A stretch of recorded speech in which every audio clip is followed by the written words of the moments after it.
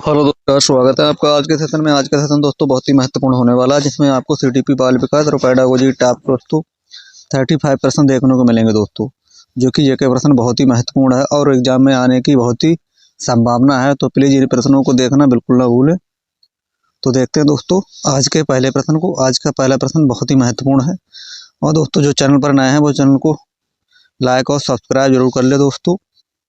प्रश्न बहुत ही महत्वपूर्ण है और आपको इन प्रश्नों के उत्तर कमेंट बॉक्स में बताते रहना दोस्तों। आज का पहला प्रश्न है, प्रयास व त्रुटि का अधिगम सिद्धांत निम्न में से किसके द्वारा दिया गया था? प्रयास व त्रुटि का अधिगम सिद्धांत निम्न में से किसके द्वारा दिया गया था दोस्तों? तो आपको इसका उत्तर बताना है।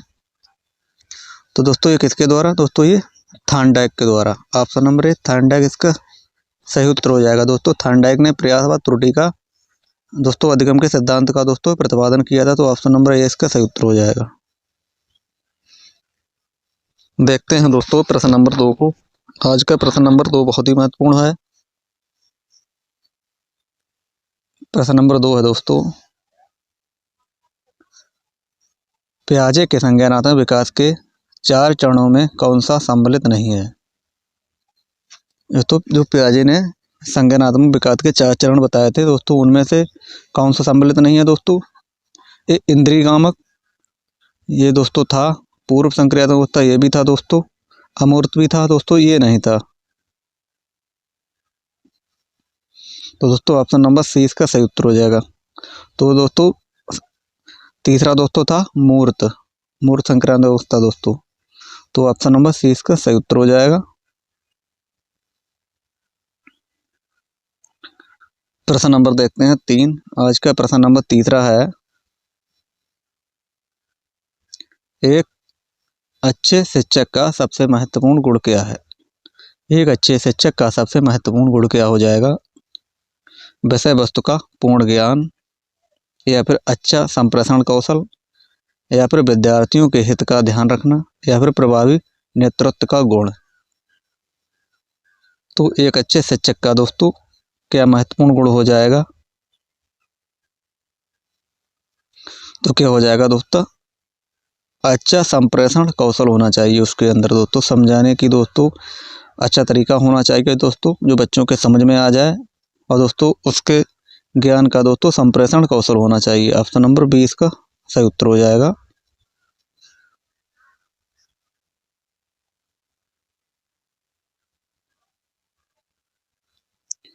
प्रश्न नंबर 4 है। आज का प्रश्न नंबर 4 क्या कहता है, एक अभिभावक आपसे विद्यालय में मिलने के लिए कभी नहीं आता है। एक अध्यापक आपसे विद्यालय में मिलने कभी नहीं आता है, तो ऐसे में आप क्या करेंगे? आप विद्यालय की उपेक्षा करेंगे, अभिभावक को पत्र लिखेंगे, आप स्वयं उनसे मिलने जाएंगे, बच्चे को दंड देना शुरू कर देंगे। तो क्या करेंगे दोस्तों? कोई अगर अभिभावक दोस्तों विद्यालय में मिलने नहीं आता है तो दंड देंगे, ये भी गलत दोस्तों हो जाएगा। अभिभावक को पत्र लिखेंगे, ये भी दोस्तों। आप उपेक्षा करेंगे दोस्तों, ये भी गलत है। तो क्या करेंगे? आप स्वयं उनसे मिलने जाएंगे। ऑप्शन नंबर सी इसका सही उत्तर हो जाएगा। ऑप्शन नंबर सी इसका सही उत्तर हो जाएगा। आप स्वयं उनसे मिलने जाएंगे। प्रश्न नंबर 5 देखते हैं। प्रश्न नंबर 5 में पूछा गया है, वह विशेषता जो कि सहयोगात्मक स्थिति की सीमा में नहीं है। प्रश्न नंबर 5, आमने सामने अंतःक्रिया, व्यक्तिक जवाबदेही, कार्यों पर जोर, या शिक्षक केंद्रित। तो सहयोगात्मक दोस्तों स्थिति में कौन सी सीमा नहीं दोस्तों? शिक्षक केंद्रित दोस्तों ये नहीं हुई दोस्तों, बाल केंद्रित होती है। तो ऑप्शन नंबर डी इसका सही उत्तर हो जाएगा, शिक्षक केंद्रित।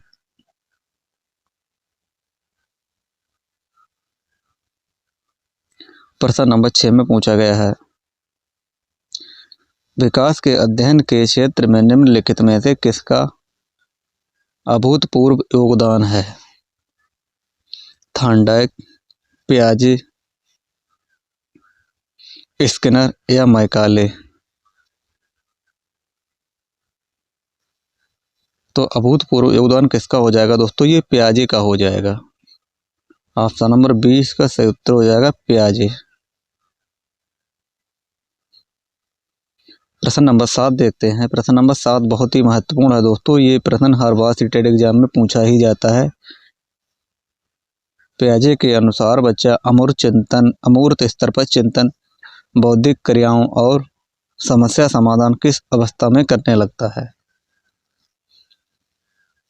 पूर्व संक्रियात्मक अवस्था, 2 से 7 वर्ष, मूर्त 7 से 11, औपचारिक 11 से 16 वर्ष, संवेदी 0 से 2 वर्ष। प्रश्न नंबर 7 का आपको उत्तर बताना है। तो प्रश्न नंबर 7 का ऑप्शन नंबर सी इसका सही उत्तर हो जाएगा औपचारिक संक्रियात्मक अवस्था, जो 11 से 16 वर्ष तक होती है। ऑप्शन नंबर सी इसका सही उत्तर हो जाएगा।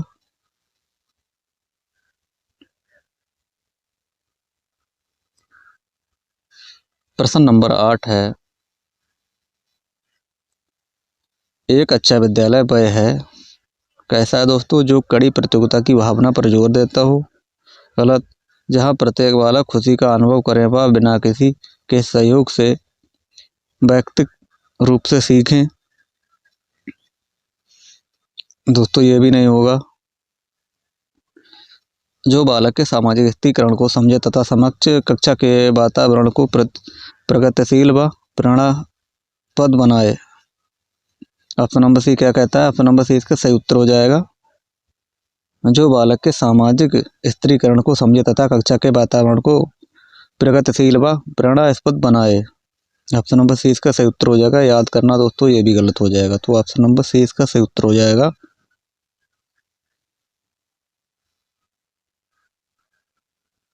प्रश्न नंबर 9 है। प्रश्न नंबर 9 में पूछा गया है, शिक्षा की किंडरगार्टन विधि का प्रतिपादन किसने किया?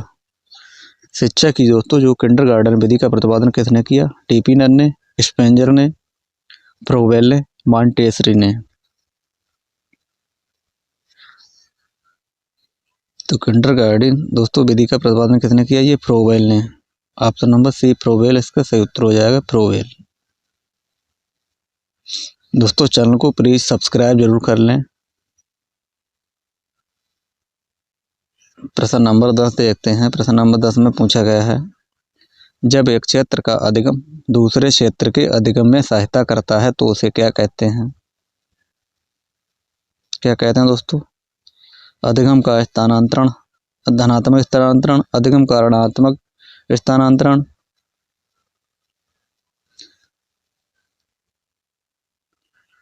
अधिगम का धनात्मक अंतरण, अधिगम का ऋणात्मक अंतरण, अधिगम का शून्य अंतरण, अधिगम का परम अंतरण। प्रश्न नंबर 10 का आपको उत्तर बताना है। तो दोस्तों क्या हो जाएगा? ये हो जाएगा अधिगम का धनात्मक अंतरण। ऑप्शन नंबर ए इसका सही उत्तर हो जाएगा। प्रश्न नंबर 11 देखते हैं, कौन सा सीखना स्थायी होता है? रटकर, सुनकर, समझकर या फिर देखकर? तो कौन सा सीखना स्थायी होता है? दोस्तों समझकर। दोस्तों समझकर दोस्तों ये स्थायी होता है। ऑप्शन नंबर सी इसका सही उत्तर हो जाएगा, समझकर दोस्तों। ऑप्शन नंबर 12 है। प्रश्न नंबर 12 है। प्रश्न नंबर 12 में पूछा गया है, वंशानुक्रम के संदर्भ में गलत कथन निम्न में से कौन सा है? तो वंशानुक्रम बालक का लिंग निर्धारण करता है, यह शारीरिक संगठन में महत्वपूर्ण योगदान देता है, यह जुड़वा बच्चों के बालकों के जन्म में योगदान देता है, इसमें रुचि, अभिरुचि, पसंद, नापसंद तथा मस्तिष्क की संवेदनात्मक भावनाओं को जो है समावेशित होती है। आप इसका उत्तर कमेंट में से बताइए दोस्तों क्या हो जाएगा। तो दोस्तों इसमें अभिरुचि, इसमें रुचि, अभिरुचि, पसंद, नापसंद तथा मस्तिष्क की संवेदनात्मक भावनाएं समावेशित होती हैं। ऑप्शन नंबर डी इसका सही उत्तर हो जाएगा। प्रश्न नंबर 13 है। प्रश्न नंबर 13 में पूछा गया है, चिंतन शक्ति के विकास की प्रक्रिया में निम्नलिखित में से कौन सा कथन गलत हो जाएगा। चिंतन की प्रक्रिया में निम्न में से कौन सा कथन गलत हो जाएगा। इसमें ज्ञान व अनुभवों की इष्टता प्रेरणा, इष्टता स्वतंत्रता व लचीलापन, कम बुद्धि का ज्ञान। तो दोस्तों इसमें गलत पूछा तो इसमें हो जाएगा कम बुद्धि व ज्ञान। ऑप्शन नंबर डी इसका सही उत्तर हो जाएगा। प्रश्न नंबर 14 है। प्रश्न नंबर 14 में पूछा गया है, किसने बहुबुद्धि सिद्धांत का प्रतिपादन किया था। Alfred Binet, Howard Gardner, Francis Galton, B S. Bloom. किसने बहुबुद्धि सिद्धांत का प्रतिपादन किया। प्रश्न नंबर 14 है। तो दोस्तों बहुबुद्धि सिद्धांत का प्रतिपादन किसने किया था। हार्वर्ड गार्डनर के द्वारा। ऑप्शन नंबर बी इसका सही उत्तर हो जाएगा, हार्वर्ड गार्डनर। प्रश्न नंबर 15 देखते हैं। प्रश्न नंबर 15 में पूछा गया है, एक सिद्धांत के रूप में निर्मितवाद क्या है। अनुकरण की भूमिका पर केंद्रित करता है, अधिगमकर्ता की स्वयं के शब्दों का निर्माण करने की भूमिका पर जोर देता है, सूचनाओं को रटने तथा प्रत्याय स्मरण द्वारा परीक्षण पर जोर देता है, शिक्षक की प्रधान भूमिका पर जोर देता है। तो इसका क्या सही उत्तर हो जाएगा। इसका दोस्तों सही उत्तर हो जाएगा प्रश्न नंबर 15 का, अधिगमकर्ता की स्वयं के शब्दों का निर्माण करने की भूमिका पर जोर देता है। ऑप्शन नंबर 20 का सही उत्तर हो जाएगा। दोस्तों प्रश्न नंबर 16 देखते हैं। प्रश्न नंबर 16 में क्या पूछा गया है, सृजनात्मकता के बारे में कौन सा कथन गलत हो जाएगा। दोस्तों सृजनात्मकता तथा वृद्धि सदैव साथ साथ चलते हैं। सृजनात्मकता तथा बुद्धि सदैव साथ साथ चलते हैं। सृजनता में लचीलापन होता है। सृजनात्मकता सार्वभौमिक प्रत्यय है। सृजनात्मकता में अहम का समावेशन होता है। दोस्तों प्रश्न नंबर 16 का आपको बताना क्या हो जाएगा। तो प्रश्न नंबर 16 का ऑप्शन नंबर डी सही उत्तर हो जाएगा, सृजनात्मकता में अहम का समावेश होता है। दोस्तों ये गलत हो जाएगा। दोस्तों ऑप्शन नंबर डी इसका सही उत्तर हो जाएगा। प्रश्न नंबर 17 है। प्रश्न नंबर 17 में दोस्तों पूछा गया है, सीखना विकास की प्रक्रिया है, एक कथन किसका है। थॉर्नडाइक का है, वुडवर्थ, स्किनर या गिलफोर्ड का। सीखना विकास की प्रक्रिया है, ये कथन किसका है। तो दोस्तों ये किसका है, ये वुडवर्थ का है। ऑप्शन नंबर बी वुडवर्थ इसका सही उत्तर हो जाएगा, वुडवर्थ। प्रश्न नंबर दोस्तों 18 देखते हैं। प्रश्न नंबर 18 में क्या पूछा गया है, मानव विकास की वह अवस्था जिसे सुनहरी अवस्था कहा जाता है वह है क्या है। शैशवावस्था, बाल्यावस्था, किशोरावस्था, प्रौढ़ावस्था। मानव विकास की वह अवस्था जिसे सुनहरी अवस्था कहा जाता है वह क्या है। प्रश्न नंबर 18। तो दोस्तों वह बाल्यावस्था है। ऑप्शन नंबर बी बाल्यावस्था इसका सही उत्तर हो जाएगा, बाल्यावस्था। दोस्तों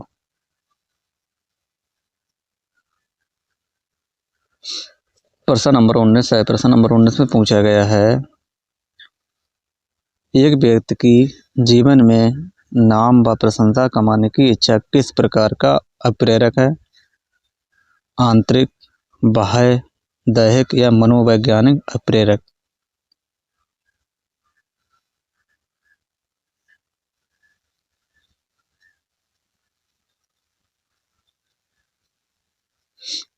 प्रश्न नंबर 19 में, एक व्यक्ति की जीवन में नाम व प्रशंसा कमाने की इच्छा किस प्रकार का दोस्तों अप्रेरक है। दोस्तों ये बाह्य है। ऑप्शन नंबर 20 का सही उत्तर हो जाएगा। प्रशंसा, पुरस्कार, इनाम दोस्तों ये बाह्य होता है। तो ऑप्शन नंबर 20 का सही उत्तर हो जाएगा। दोस्तों ये दूसरे के द्वारा दोस्तों कमाना चाहता है प्रशंसा और नाम, तो दोस्तों ये बाह्य हो जाएगा। ऑप्शन नंबर 20 का सही उत्तर हो जाएगा। प्रश्न नंबर 20 में पूछा गया है, बालक का विकास परिणाम है दोस्तों किसका है? वंशानुक्रम, वातावरण, वंशानुक्रम तथा वातावरण की अंतःक्रिया का या आर्थिक कारकों का? तो बालक का विकास किसका परिणाम होता है दोस्तों? ये होता है वंशानुक्रम व वातावरण की अंतःक्रिया का। ऑप्शन नंबर सी इसका सही उत्तर हो जाए। प्रश्न नंबर 21 में पूछा गया है, शर्म और गर्व जैसी भावना का विकास किस अवस्था में होता है? शैशवावस्था, बाल्यावस्था, किशोरावस्था या वृद्धावस्था? शर्म और गर्व जैसी भावना का विकास किस अवस्था में होता है? प्रश्न नंबर 21, तो दोस्तों ये बाल्यावस्था में होता है। ऑप्शन नंबर 20 का सही उत्तर हो जाएगा, बाल्यावस्था। प्रश्न नंबर 22 देखते हैं। प्रश्न नंबर 22 में पूछा गया है, युवा अधिगमकर्ताओं में निम्न में से कौन पढ़ने में कठिनाई का होता है दोस्तों? यह तो नहीं है दोस्तों इसमें से। प्रश्न नंबर 22 में युवा अधिगमकर्ताओं में निम्न से पढ़ने में कठिनाइयों को कौन था दोस्तों? दो तक नहीं है। अक्षर व शब्द अभिज्ञान में कठिनाई, पठन गति व प्रभाव में कठिनाई, शब्दों व विचारों को समझने में कठिनाई, स्पेलिंग निरंतरता में कठिनाई। तो क्या हो जाएगा? प्रश्न नंबर 22 का क्या हो जाएगा? तो प्रश्न नंबर 22 का ऑप्शन नंबर सी सही उत्तर हो जाएगा, शब्दों व विचारों को समझने में कठिनाई। ऑप्शन नंबर सी इसका सही उत्तर हो जाएगा। प्रश्न नंबर 23 में पूछा गया, व्यवहार का संवेगात्मक पहलू निम्नलिखित में से किससे संबंधित होता है? व्यवहार का संवेगात्मक पहलू निम्न में से किससे संबंधित होता है दोस्तों? सीखने के संज्ञानात्मक पक्ष से, सीखने के भावात्मक पक्ष से, सीखने के क्रियात्मक पक्ष से, सीखने के मनोवैज्ञानिक पक्ष से।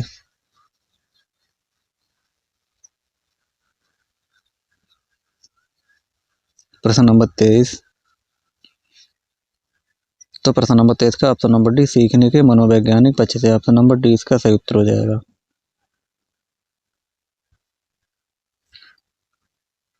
पौधा संवेगात्मक क्रांति किस अवस्था से अधिक जुड़ा हुआ है? पौधा संवेगात्मक क्रांति किस अवस्था से अधिक जुड़ा हुआ है दोस्तों? ये शैशवावस्था से, बाल्यावस्था से, किशोरावस्था से या प्रौढ़ावस्था से? किससे है? प्रश्न नंबर 24, तो दोस्तों ये किशोरावस्था से। ऑप्शन नंबर सी इसका सही उत्तर हो जाएगा, किशोरावस्था।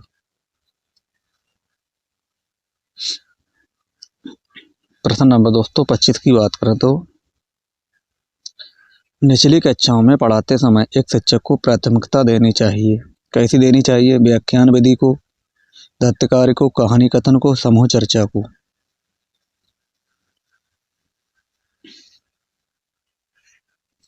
दोस्तों निचली कक्षाओं में पढ़ाते समय शिक्षक को प्राथमिकता देनी चाहिए। किसको देनी चाहिए दोस्तों? एक कहानी कथन को। ऑप्शन नंबर सी इसका सही उत्तर हो जाएगा दोस्तों। कहानी कथन के द्वारा दोस्तों बच्चे जल्दी सीखते हैं, तो ऑप्शन नंबर सी इसका सही उत्तर हो जाएगा। प्रश्न नंबर दोस्तों 26 देखते हैं। प्रश्न नंबर 26 में पूछा गया है, मनोविज्ञान का क्षेत्रवादी सिद्धांत किसने दिया? कोटलेविन ने, सीटी मॉर्गन ने, लियोन प्रेस्टिगर ने, हेनरी गोडार्ड ने। क्षेत्रवादी सिद्धांत किसने दिया था दोस्तों? ये दिया था कोटलेविन ने। ऑप्शन नंबर ए कोटलेविन इसका सही उत्तर हो जाएगा। प्रश्न नंबर 27 में पूछा गया है, एक कक्षा में एक शिक्षक पढ़ाने के लिए बाल केंद्रित उपागम का प्रयोग कर रहा है, यह तरीका उपयुक्त नहीं है। कौन सा नहीं है? समूह वार्तालाप के लिए, प्रोजेक्ट विधि के लिए, प्रदर्शन के लिए या प्रश्नोत्तर के लिए? प्रश्न नंबर 27, तो दोस्तों ये प्रदर्शन के लिए दोस्तों ये नहीं है। ऑप्शन नंबर सी इसका सही उत्तर हो जाएगा, प्रदर्शन के लिए। प्रश्न नंबर 28 है। प्रश्न नंबर 28 में पूछा गया है, समावेशित विद्यालय योजना के संदर्भ में कौन सा कथन गलत है? समानता की भावना का विकास, धनात्मक आत्मसम्मान का विकास, विशेष आवश्यकता वाले विद्यार्थियों में आत्महीनता की भावना का विकास या विशेष बालकों के नैतिक आचरण को उठाना। प्रश्न नंबर 28। तो दोस्तों इसमें गलत कथन पूछा गया है दोस्तों, तो गलत कथन कौन सा हो जाएगा? विशेष आवश्यकता वाले विद्यार्थियों में आत्महीनता की भावना का विकास करना। ऑप्शन नंबर सी इसका सही उत्तर हो जाएगा।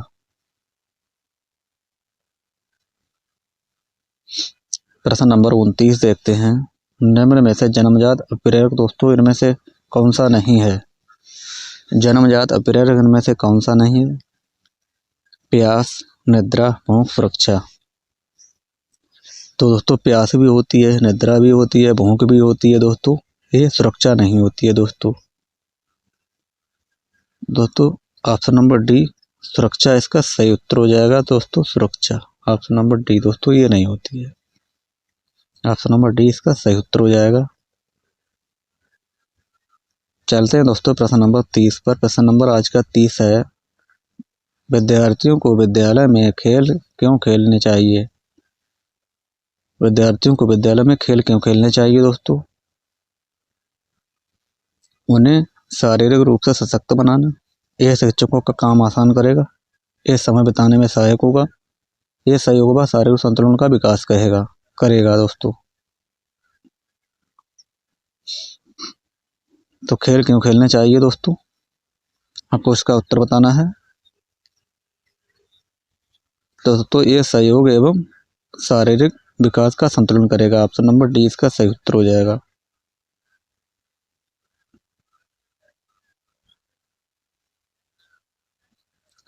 प्रश्न नंबर दोस्तों 31 है। प्रश्न नंबर 31 में पूछा गया है, निम्नलिखित में से अधिगम संबंधी कौन सा कथन सही नहीं है?